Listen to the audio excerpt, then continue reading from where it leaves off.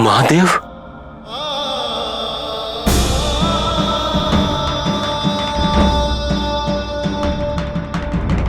मुझे क्षमा कर दीजिए प्रभु, मैं आपको पहचान नहीं पाया। मुझसे इतना बड़ा पाप हो गया। प्रभु स्वयं मेरी सेवा कर रहे थे, मुझे क्षमा कर दीजिए।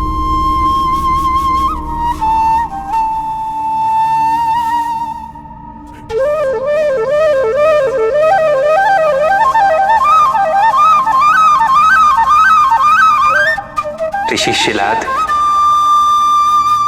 जब कोई पाप हुआ ही नहीं तो क्षमा किस बात की?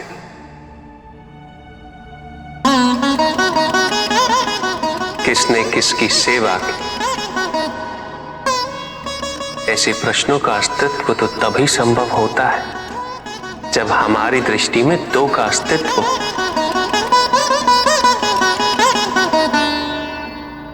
किंतु जब बोध हो कि दो नहीं, केवल एक ही है, तो किसी भी प्रश्न का कोई स्थान नहीं होता।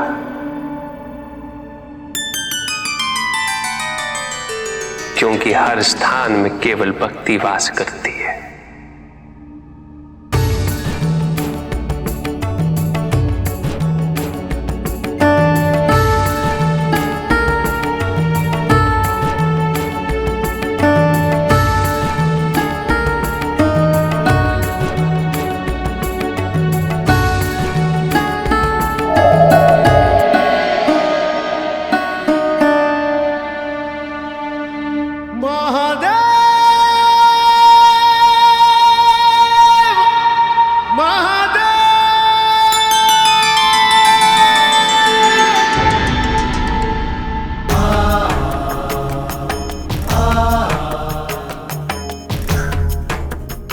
नंदी, अब तुम यहां रहकर अपने पिता की सेवा करो।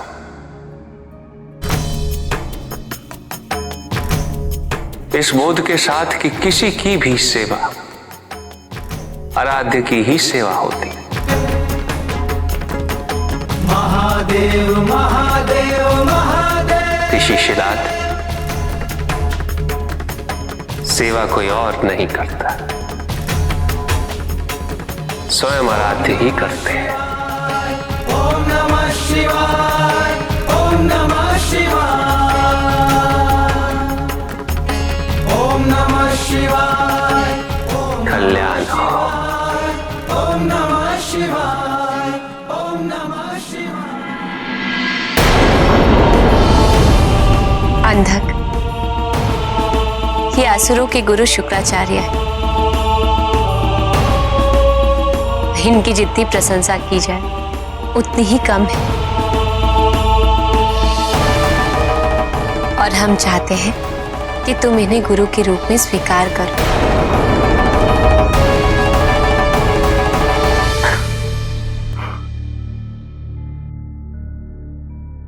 आप जैसा गुरु पाकर मैं धन्य हो गया हूं।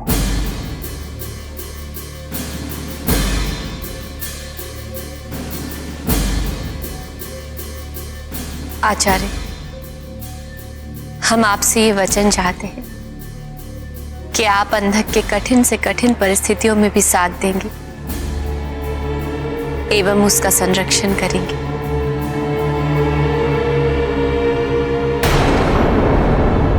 क्या आप हमारे इस वचन को स्वीकार करते हैं?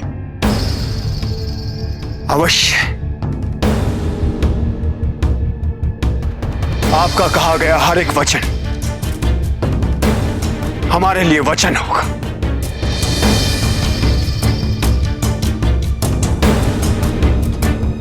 अंधक, अभी हम चलते हैं, तुम विश्राम कर।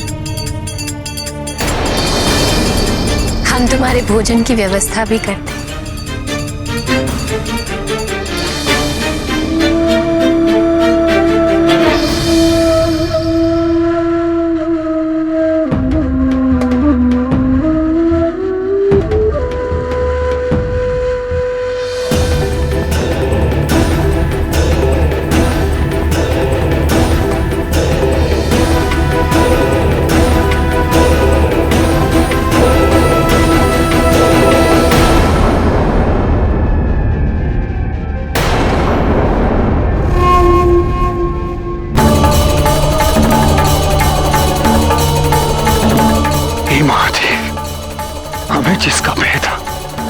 हमारे नेत्रों के समक्ष वही दृश्य है। ये क्या प्रभु, माता आदिशक्ति के प्रति अंधक के मन में ऐसे विचार?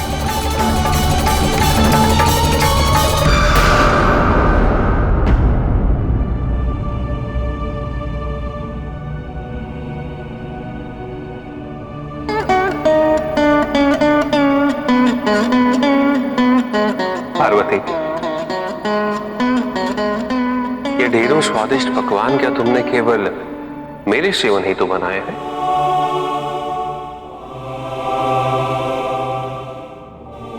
भोजन करें।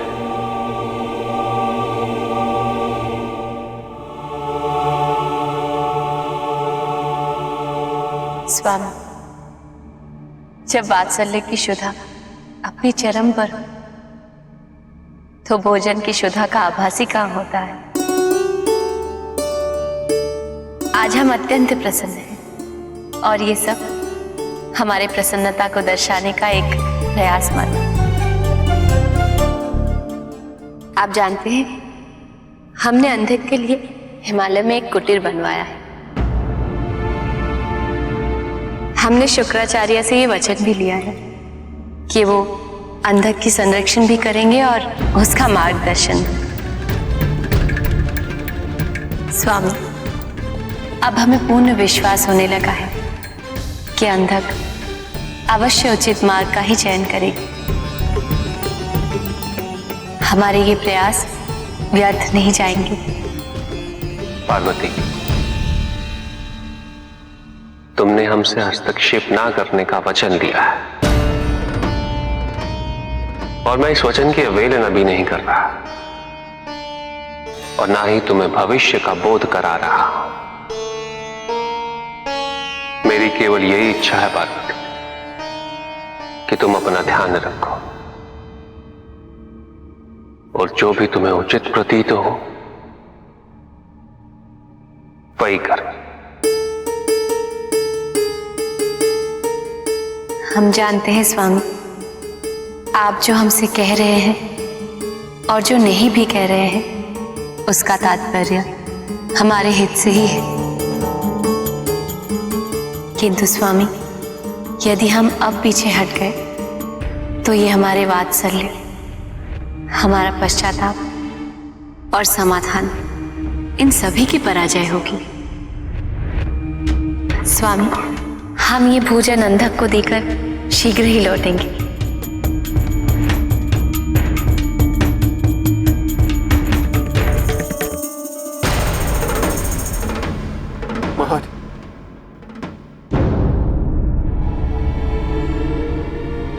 महादेव, महादेव,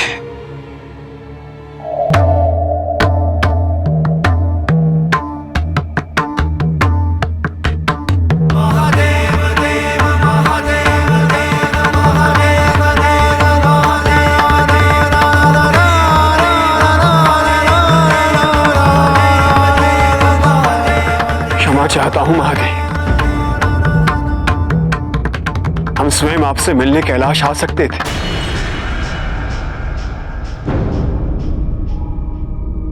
किंतु जिस विषय पर हमें आपसे चर्चा करनी है, हम उसका उल्लेख माता पार्वती के समक्ष नहीं कर सकते।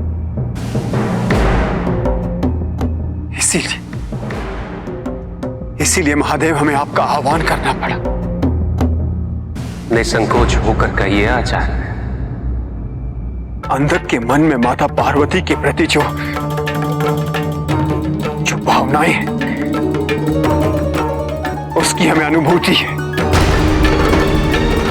किंतु माता पार्वती को दिए गए वचन के कारण हम बाध्य हैं।